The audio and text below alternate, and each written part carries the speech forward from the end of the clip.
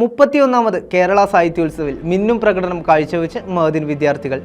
വിവിധ ഇനങ്ങളിലായി 16 ഫസ്റ്റും 17 സെക്കൻഡും 11 തേർഡും കൂടാതെ വിവിധ ഗ്രേഡുകളും കരസ്ഥമാക്കിയാണ് മഅദിൻ വിദ്യാർത്ഥികൾ മഞ്ചേരിയിൽ മുഞ്ചു വിടർത്തിയത്. മഞ്ചേരിയിൽ സർഗവസന്തം പെയ്തിറങ്ങിയ 2 നാളുകൾ.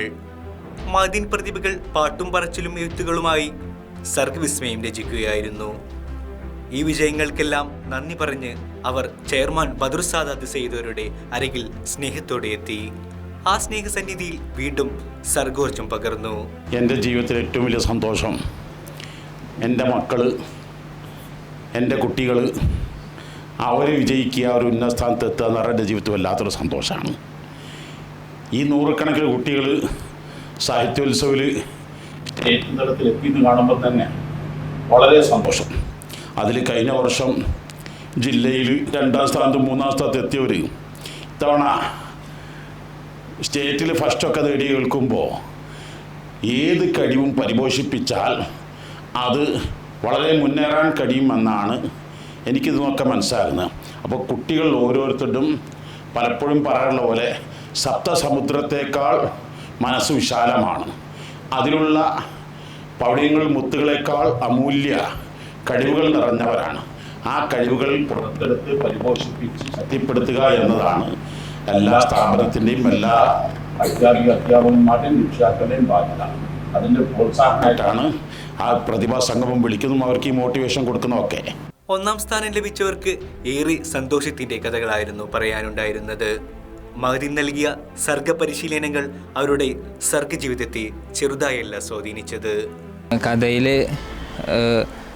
ജവഹർ ലൈബ്രറി എന്ന് പറഞ്ഞ കഥയാണ് എഴുതിയത്. എ ഗ്രേഡിൽ 1ാം സ്ഥാനം നേടി. കവിതയുടെ പേര് ആർട്ടിക്കിൾ 21 എന്നായിരുന്നു. അതും എ ഗ്രേഡിൽ 1ാം സ്ഥാനം കിട്ടി. ജീവിതത്തിലൊരു അവസാനത്തെ സാഹിത്യോത്സവിൽ മികച്ചൊരു പ്രകടനം കാഴ്ചവെച്ചുകൊണ്ട് സാഹിത്യോത്സവ ജീവിതം അവസാനിപ്പിക്കാൻ കഴിയുന്നുള്ള ചാരിതാർത്ഥ്യം. ഇവിടുത്തെ ഉസ്താദന്മാരുടെയും പിന്തുണ സപ്പോർട്ടുള്ളത് കൊണ്ട് മാത്രമാണ് ഞാൻ സംസ്ഥാന സാഹിത്യോത്സവത്തിൽ എത്തിയതും. പിന്നീട് വലിയ ഉസ്താദിൻ്റെ നിരന്തരം ചോദ്യങ്ങൾ, എന്തായി പ്രൊജക്റ്റ്, എന്തൊക്കെയാണ് വിഷയം ഒതുങ്ങിയിട്ടുള്ളത് എന്നൊക്കെ ജില്ലയിൽ നിന്ന് തന്നെ ഉസ്താദ് ചോദിക്കുമ്പോൾ നമുക്ക് ഒന്നും കൂടി അതിന് എഫേർട്ട് അല്ലെങ്കിൽ റിസ്ക് എടുത്ത് അതിൽ കൂടുതൽ പഠിച്ച് ക്രിയേറ്റ് ചെയ്യാൻ വേണ്ടി നമുക്ക് തോന്നും.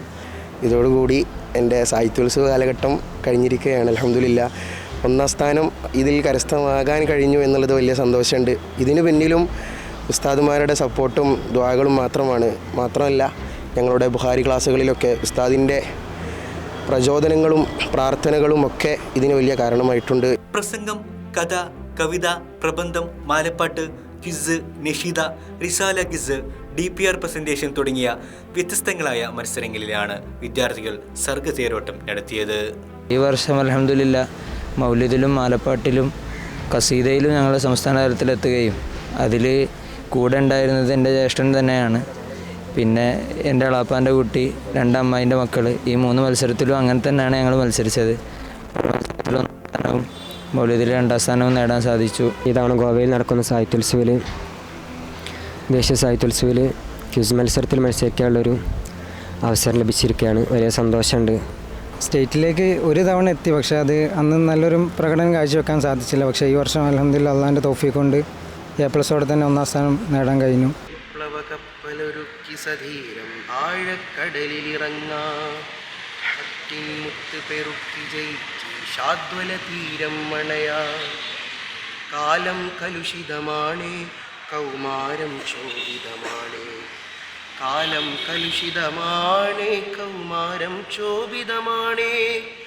അറിവിൻ പങ്കായം കൊണ്ട് ഒരു ചെറുവഞ്ചി തുഴഞ്ഞിടാം.